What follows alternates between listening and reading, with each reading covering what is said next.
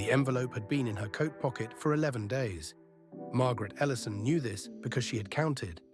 Each morning, before the kettle had finished boiling, she reached into the left pocket of her grey wool coat and pressed 2 fingers against the sealed flap. Still sealed, still there, and then withdrew her hand and went about the business of being alive. The coat hung on a hook beside the door of the room she was renting. Room 14, the Sycamore Lodge. A roadside establishment that smelled of industrial cleaner and someone else's fried eggs. Somewhere off the main road outside a town that had no particular reason to exist except that it did. She had not opened the envelope, and on the 12th morning, sitting on the edge of a single bed with a mattress that listed slightly to the left, Margaret held it up to the grey October light coming through the net curtain and looked at it for a very long time. Her name was on the front, written in handwriting she had not seen in 31 years but would have recognized at the bottom of the ocean. Her father's handwriting. Arthur Ellison had been dead for 6 months. And yet somehow his hand had reached across that silence and placed itself in hers. The question that sat in the room with her, quiet and patient as a held breath, was this: why had someone kept this letter from her for so long, and why had they chosen now, of all possible moments, when she had nothing left, when she was sleeping in room 14 of a roadside lodge with £40 and a grey wool coat to her name, to finally let it arrive? She had not opened it yet. But to understand why, we have to go back. Back past the morning they changed the locks, back past the lawyers and the silence that followed. Back to a life that once had the particular ordinary warmth of a home that belonged to someone. Margaret had lived in the house on Aldermere Lane for 38 years. She had arrived there at 34 years old, newly married to a man named Colin who wore pressed shirts and had a way of standing in doorways as though he expected applause. She had planted a lilac bush in the left corner of the garden in the first spring, because her mother had always kept one, and the smell in May was the nearest thing she knew to childhood. She had repainted the kitchen twice, raised 2 children there, buried a cat, mended a fence, made 10,000 cups of tea, and learned over the course of nearly 4 decades exactly which floorboard outside the bathroom creaked and which one, if stepped on at 3 in the morning, remained mercifully silent. She knew that house the way you know a body. She knew it in the dark. Colin had filed the divorce papers on a Wednesday.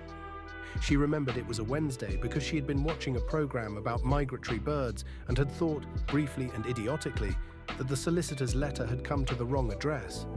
Their children, David, 41, and Fiona, 38, had known before she did. This she discovered later, the way you discover most painful things. Sideways, by accident, while looking for something else. The house, as it turned out, had been in Colin's name alone for the entirety of their marriage. Margaret had never questioned this, because in the early years there had been no reason to, and by the time there was a reason, the question felt too large and too late to ask. The settlement left her with a portion of the joint savings, a solicitor who seemed perpetually distracted by his phone, and a timeline. 6 months to find somewhere else. 6 months that narrowed to 4 when Colin informed her, through his solicitor rather than his own voice, that he intended to sell the property and that her continued presence complicated the listing. She was 72 years old. She had been inside that house for more of her life than not.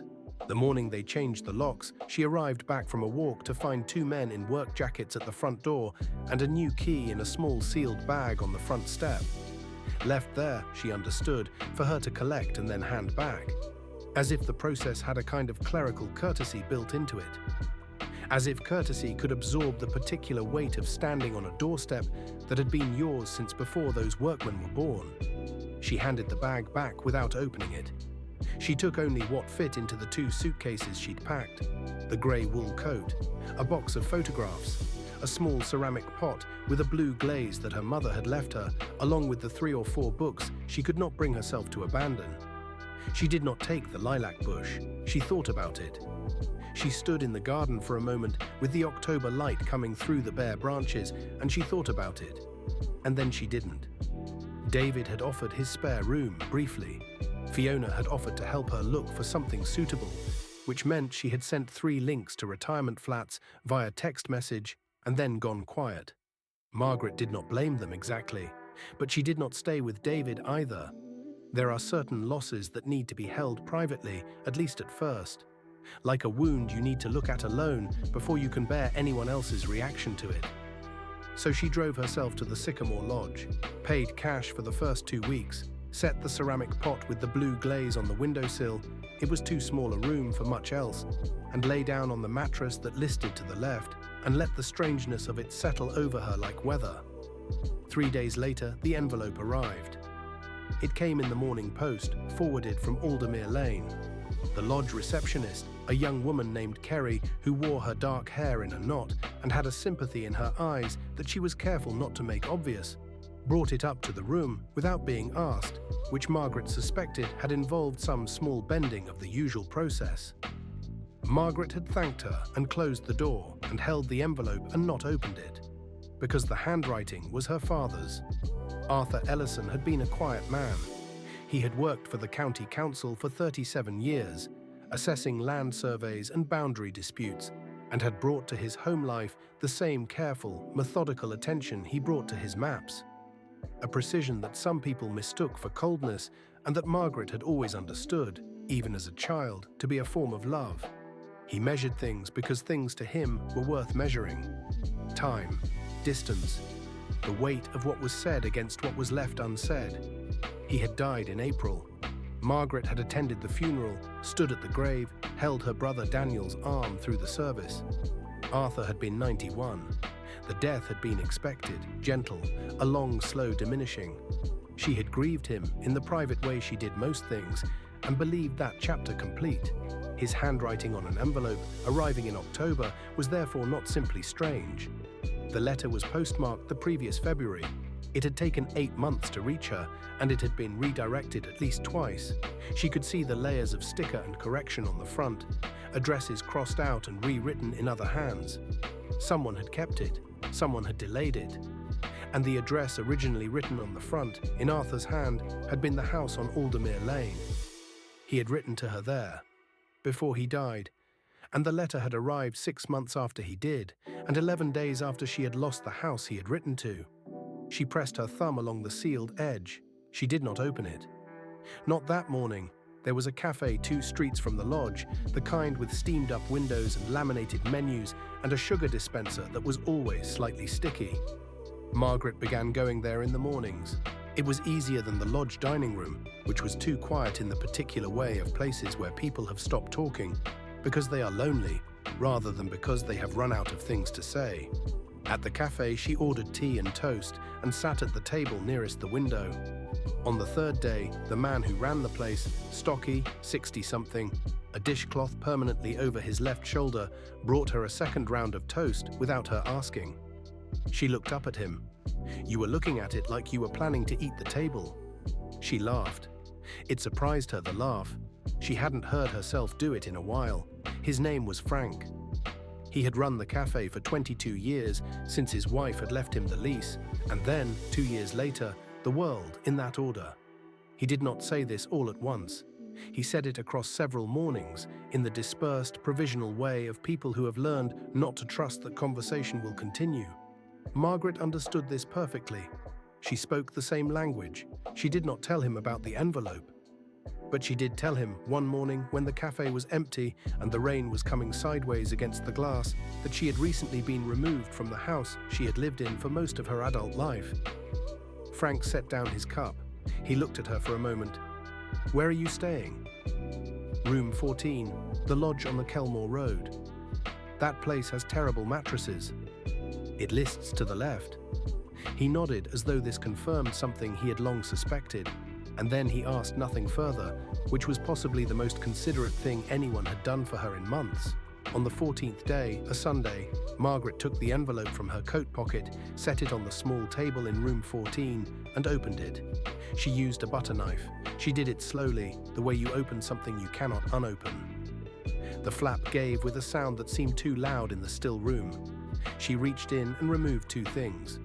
A folded letter, handwritten, 4 pages long, on the pale blue paper her father had always used. She had not thought about that pale blue paper in years, and the sight of it made her breath catch in her chest like a caught thread. And a smaller envelope sealed with the words, "For the solicitor, R. Hartwell only," in Arthur's hand. She set the smaller envelope aside. She unfolded the letter. Her father had written it in January of that year, 3 months before he died. His handwriting was slower than she remembered it, the letters more deliberate, a slight tremor in the downstrokes that had not been there before. But it was still entirely him, precise, unornamented, each sentence doing exactly the work asked of it and no more. She read it twice before the meaning of it settled. Arthur Ellison had, for the entirety of his daughter's life, owned a property, a piece of land and a building in the county of his birth, in the east, in a place called Stanhope Cross, a village of no particular size near a river he had grown up beside. He had inherited it from his own father. He had paid the rates on it for 60 years. He had never sold it, never rented it, never developed it. He had simply held it. He wrote that he had not told Margaret about it because there had always been a reason to wait. First, she was too young. Then she was newly married, and Colin was the kind of man, Arthur wrote, without elaboration, but with a specificity that made the phrase do considerable work. The kind of man who noticed things. Then there were the children and the busy years, and then the reasons accumulated, as reasons do, until silence on the subject had become a habit of its own, thick and load-bearing. He had told no one except his solicitor, R. Hartwell, of the town of Stanhope Cross, who held the documents. The property was a small house, 2 rooms on the ground floor, 2 above, a garden that ran down toward the river. It had been empty since Arthur's father had last lived in it, which was 1962. 62 years of standing empty, locked, facing the river, waiting. Arthur wrote, "I am sorry this took so long to reach you. I have been trying to find the right time for 30 years. There is no right time. There is only this time, and so this is it." He wrote, "The house needs work. The garden has gone over entirely, but the structure is sound. I had a surveyor look at it in 2019, and the title is clear." He wrote, "I want you to have it, Margaret, not your brother, not the grandchildren, you. I have reasons that belong to a different letter, and perhaps I will write that one too before the end. But the reason that matters now is simpler. You were always the one who understood that a house is not the walls or the roof. You were the one who knew what it meant." She set the letter down on the bed beside her. Outside the net curtain, the car park of the Sycamore Lodge lay flat and grey under a Sunday sky. A blackbird was working at the tarmac near the bins, methodically tilting its head. The ceramic pot with the blue glaze sat on the windowsill and caught a pale bar of light. She read the letter a 3rd time. Then she put on her coat, tucked both envelopes into the left pocket, and went to find a map.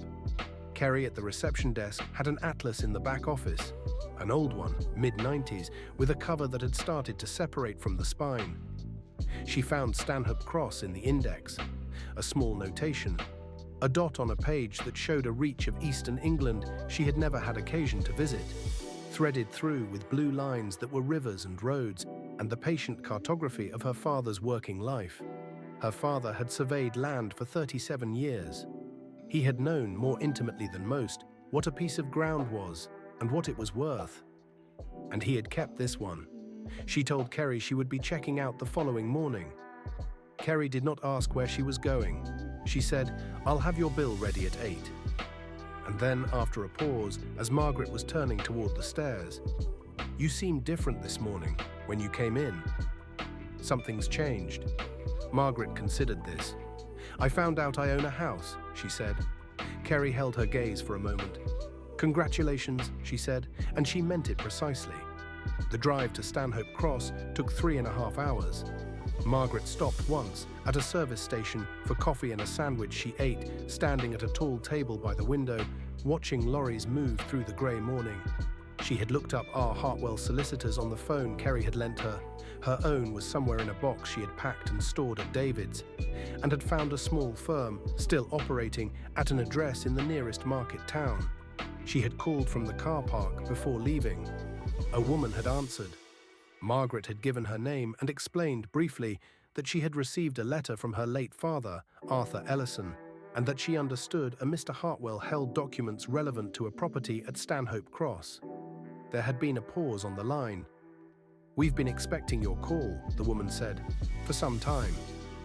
Margaret merged back onto the motorway and let the miles go past. Stanhope Cross announced itself with a green sign and a reduced speed order. She drove through a high street of perhaps a dozen businesses, a church with a square Norman tower, a pub called the Crossed Keys, a row of terraced cottages with their backs to the road. The river was audible before it was visible. She heard it as she slowed to read a street sign, a low continuous murmur under the engine noise, close and constant like a held note. She found the solicitor's office on a side street off the market square.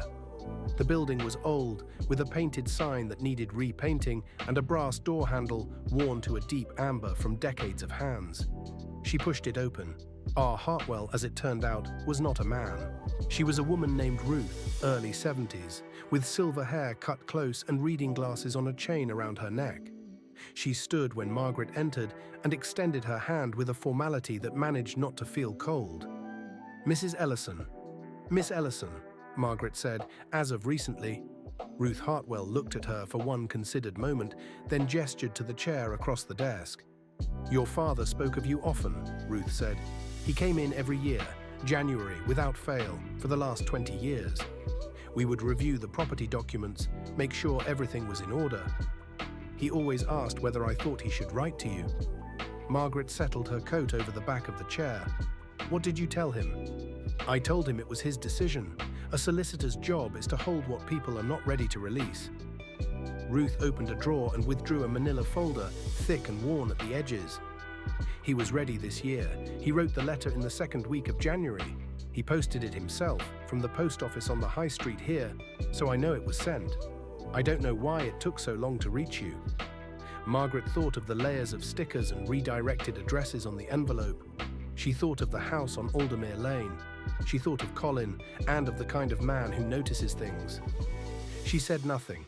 Ruth laid out the documents. The title deed, old but properly registered, updated at the Land Registry in 2019 to include the results of the survey Arthur had commissioned. The property at River Cottage, that was its name, simply that, River Cottage, was registered in Arthur Ellison's name, and the documents of transfer, duly prepared, were ready to be signed.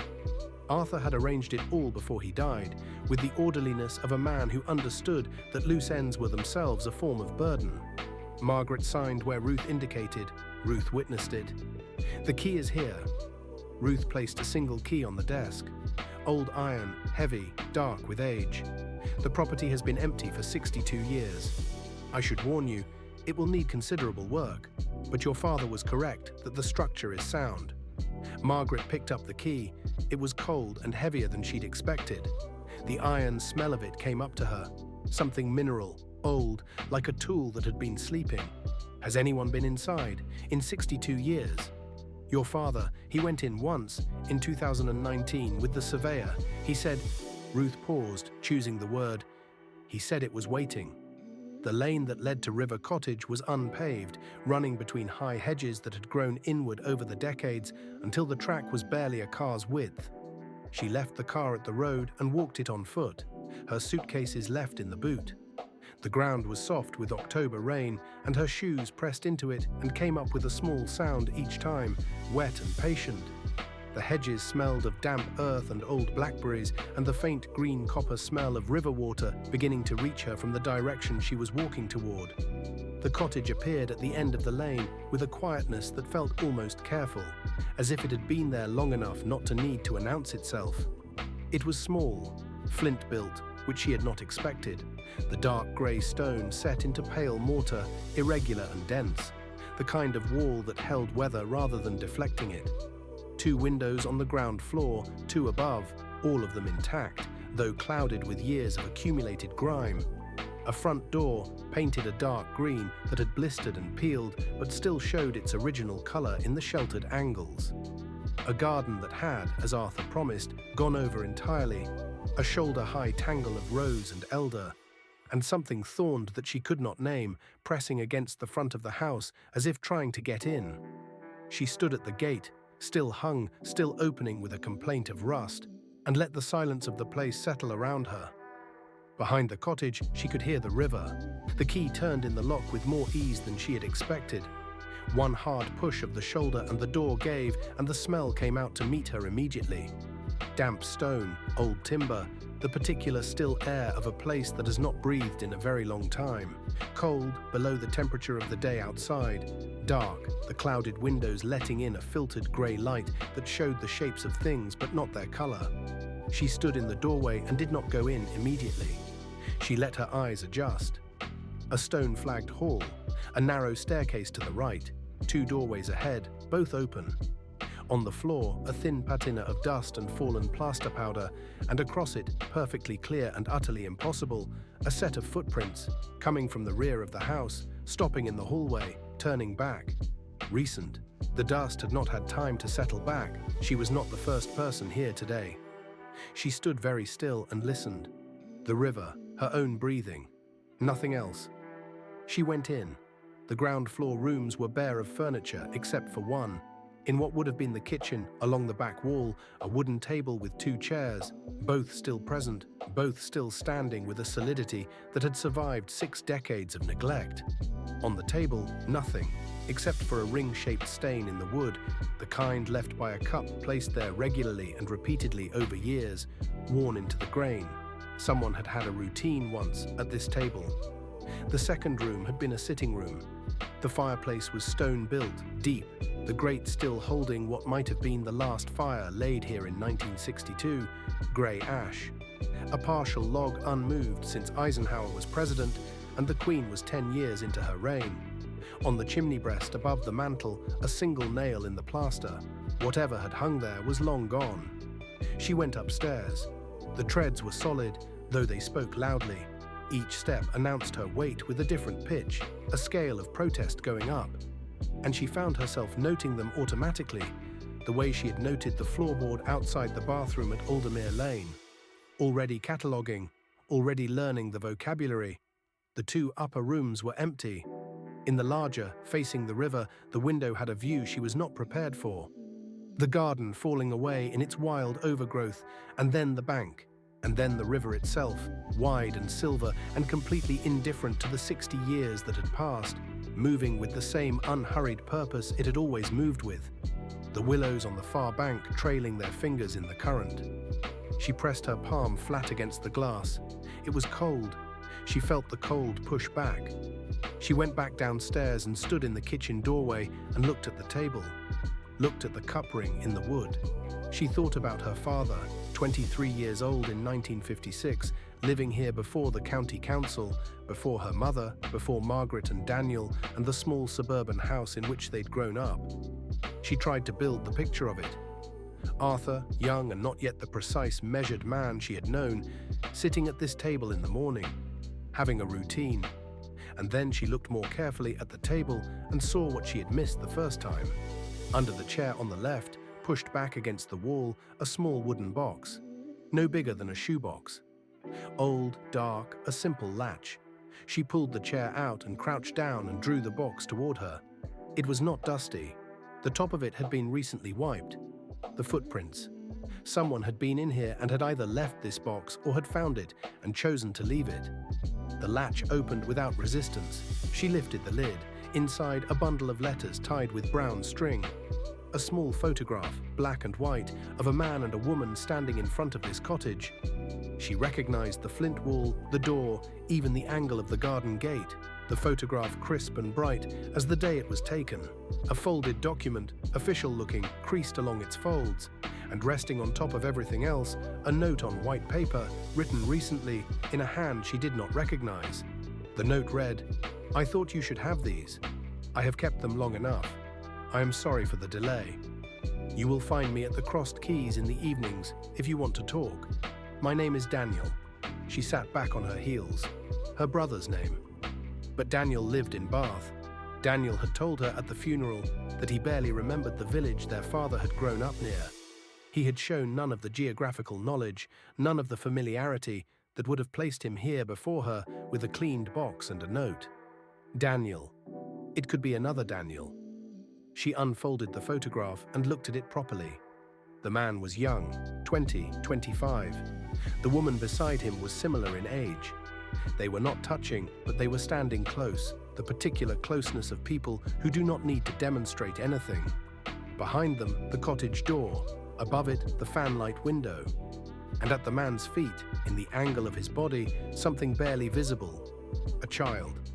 Small, perhaps 4 years old, leaning against the man's leg with the absolute trust of a very small person who has learned that this particular leg will hold. She turned the photograph over, in pencil, faded nearly out. Arthur, Vera, Margaret. 1955. She stood up so quickly she caught the edge of the table. She had been here. She had been in this photograph.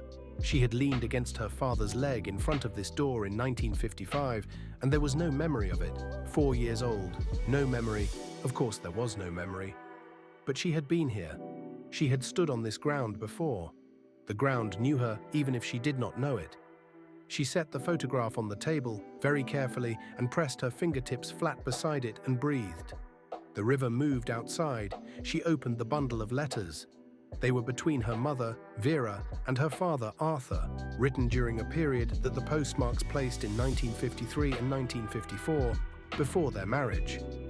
Love letters, but practical, in the way of two people who were more comfortable with honesty than with ornament.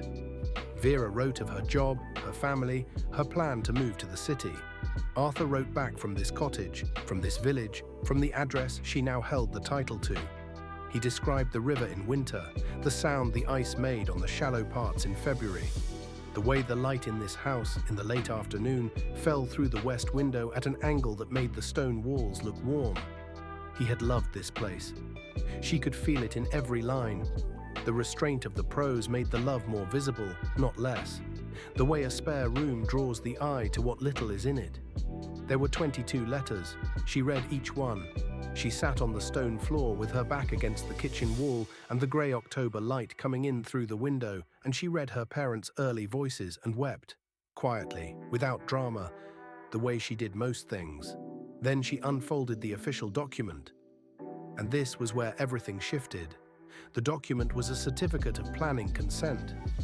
Dated 1971, it bore the header of the county council.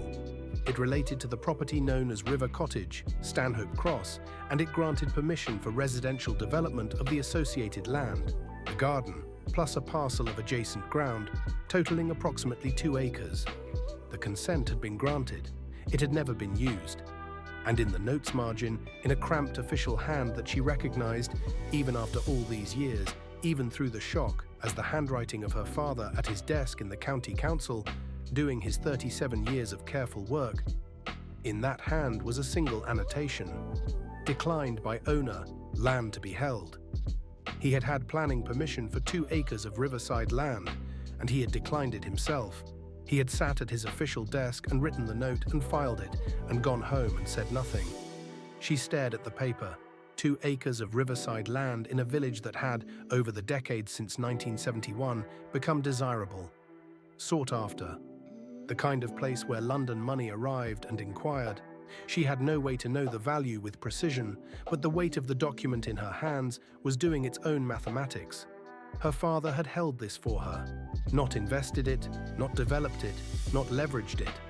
Held it, like the letters, like the keys, like the cup ring in the table where his routine had been. She thought about the letter he had written in January, the pale blue pages in her coat pocket. You were the one who knew what a house meant.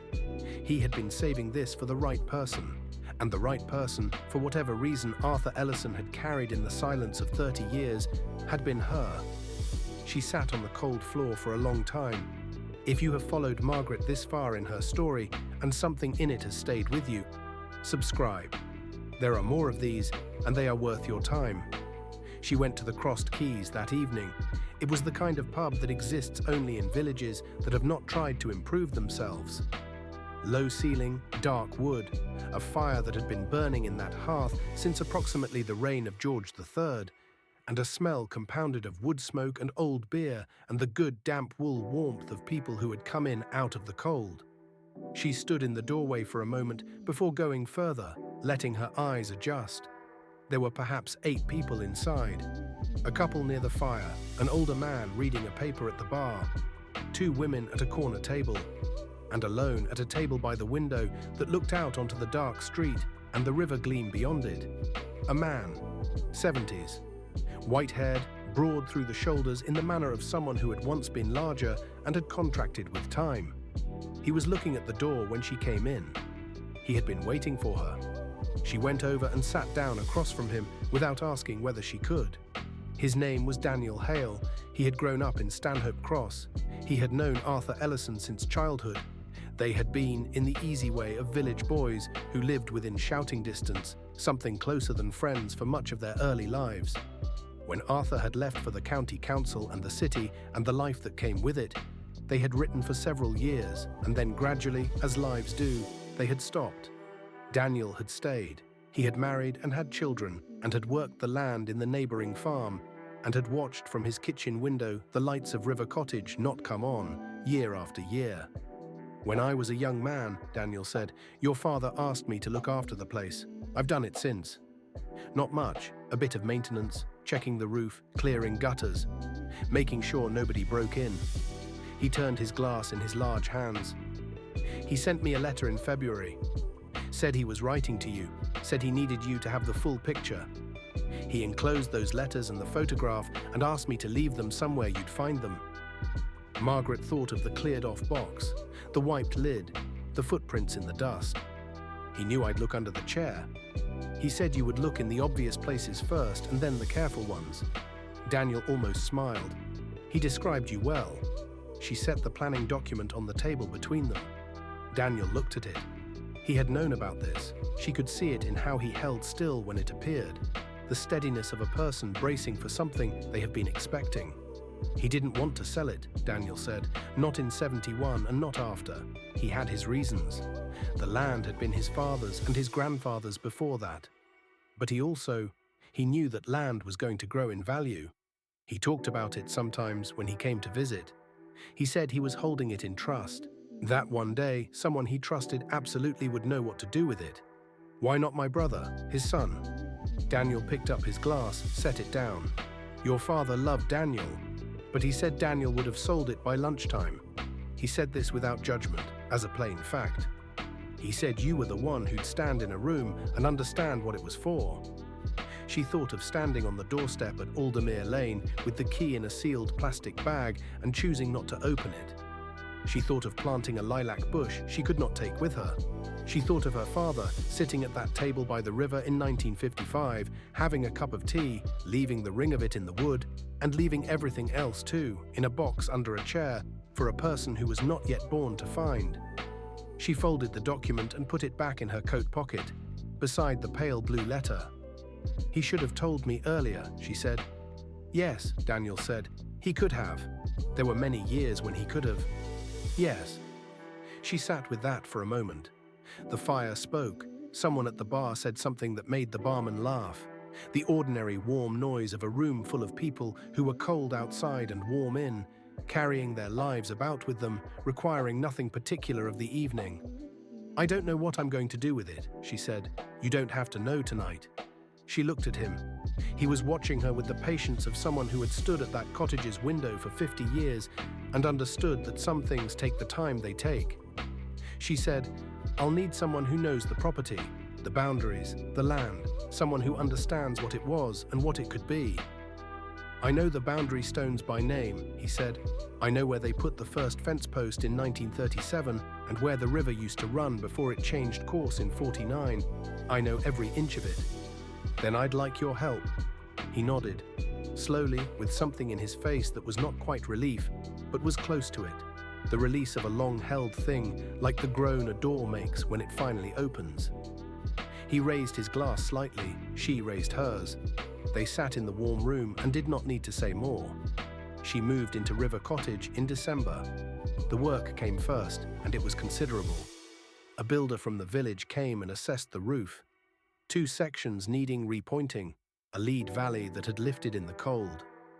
A plumber for the pipes, an electrician who shook his head in the theatrical way of men who have been inside old buildings and know that the wiring predates whatever safety legislation would have prevented this. She supervised all of it from a camp bed in the larger upstairs room. the one facing the river, sleeping under 3 blankets and a coat, because there was no heating until the second week of December, when the wood-burning stove in the kitchen was finally cleared and lit, and the house's first fire in 62 years burned orange-red through the black iron glass and threw its light against the stone walls and showed them warm. She had spoken to a solicitor, her own this time, about the planning consent and the land. The advice was thoughtful and careful and gave her options she had not imagined, and also some she had. She did not rush any of it. She had learned, somewhat late, the value of not rushing. Her daughter Fiona came to visit in January. She arrived in a new car with a guilty expression that had not quite settled on her face, and she stood in the doorway of the cottage and looked at what her mother had made of it. The table cleaned, the letters in a wooden frame on the kitchen wall, a new rug on the stone floor, the ceramic pot with the blue glaze in the window above the sink. And something in Fiona's expression shifted. "Mum," she said, "I didn't know." "I know you didn't." "I should have. Come inside," Margaret said. "I'll make tea." Fiona came in. She stood at the back window and looked at the garden, still largely wild but cleared of the worst of it, and the bank beyond, and the river. "He knew," Fiona said. "Grandad knew what would happen, didn't he?" Margaret set the kettle on. "I think he hoped nothing would happen. I think he hoped I'd never need it." She watched the window. "But yes, he kept it ready." David came in February. He brought his children, Margaret's grandchildren, 7-year-old Sam and 10-year-old Nadia, who ran through the rooms with the animal curiosity of children who have found a place that does not resemble anything they know, and who ended up at the riverbank with their shoes muddy up to the ankle and their faces entirely satisfied. Margaret stood at the kitchen window and watched them and felt something settle in her chest, quiet and permanent, like a knot that has been slowly, correctly worked loose. Colin did not come. He would not come. That chapter had its own closure, the kind that does not require a final scene. By spring, the garden had been partly reclaimed, the rows cut back, the elder laid in a controlled arch, the patch nearest the door cleared for what would be vegetables when the season came. She planted a lilac bush in the left corner of the garden. She chose it herself at the nursery, a good-sized specimen in a plastic pot, heavier than it looked. She carried it from the car and knelt in the damp April ground and worked the hole with both hands and placed the root ball and tamped the earth around it with her palms until it stood upright and firm. The planting took half an hour. She sat back on her heels and looked at it, and she thought of her mother, Vera, in the 1954 letters describing the city and the future and the life that would follow, and Arthur writing back from this garden, from this ground, telling her about the winter river and the angle of the afternoon light through the west window. She thought of the ring in the wood of the table, still there, still visible. She thought of a photograph taken on a bright day in 1955. Arthur and Vera, and a small child leaning against a leg, already trusting the ground beneath her before she had language for what trust was. She thought of an envelope in a